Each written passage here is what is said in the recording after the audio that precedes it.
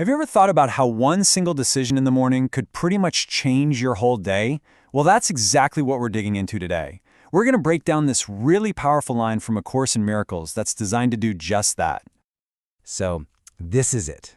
Lesson 330. It sounds so simple, right? But it's actually this deep personal commitment. It's like a vow you make to yourself when you wake up. And look, this isn't about making some huge, dramatic change. It's about this quiet, internal shift, just choosing to be kind to yourself instead of, well, hurting yourself in all the ways we do. All right, so here's how we're going to tackle this. First, we'll get to the heart of what this commitment really means. Then we'll talk about why it's such a game changer for your mindset. After that, we'll look at how this shows up in your day-to-day life. And finally, we'll get super practical with some easy ways to start doing this right now. Okay, section 1. When you first hear, "I will not hurt myself," it seems pretty straightforward. But what does hurting yourself actually mean in this context? Because as you're about to see, it goes way, way deeper than just the physical stuff. See, when the Course talks about self-harm, it's not just the stuff you can see. It's talking about that nagging inner critic. You know the one. It's about those negative thoughts that just play on a loop in your head. It's even about the times we just neglect ourselves. So it's a much bigger, more holistic picture of what it means to take care of yourself. So why is this one little promise such a big deal? Seriously, why does it matter so much? Because making it, well, that's a turning point. It's you consciously deciding to change the entire relationship you have with yourself. Think about it. Just by making that one decision, not today, you're basically choosing to forgive yourself. You're hitting the off switch on that treadmill of self-criticism we all get stuck on. You're finally saying, hey, I'm actually worthy of kindness. Not tomorrow, not when you're perfect, but right now.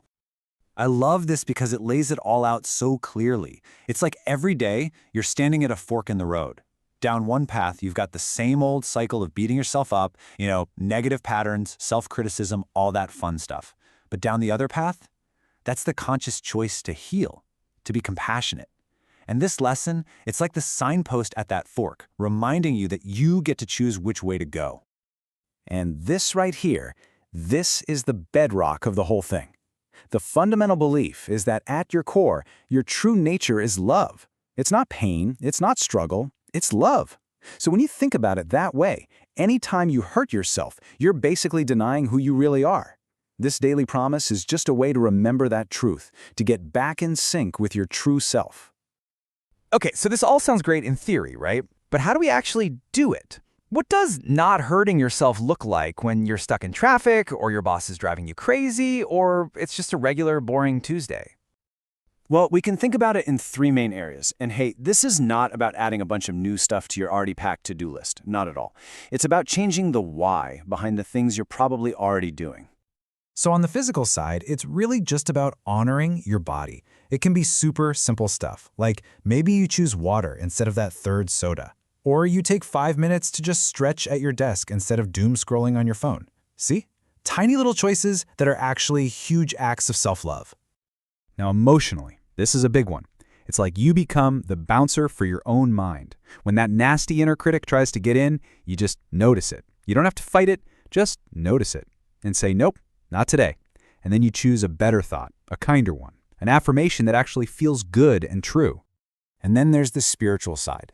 This just means making a little bit of space for quiet. That's it. It could be 1 minute. In that silence, you get a chance to connect with that deeper part of yourself. And remember that your worth has absolutely nothing to do with your job title or how much you got done today. All right, so the key now is to make sure this isn't just some nice idea we talk about and then forget. It needs to be a real living practice. So here are 3 really simple exercises you can start using literally today to bring this into your life. You don't have to do all of them. Just pick what works for you. Journaling at the end of the day is awesome because you can actually see the moments where you chose kindness. Affirmations are great for reprogramming your brain. And a quick meditation in the morning, that just sets the tone for the entire day. Each one just helps lock in that commitment.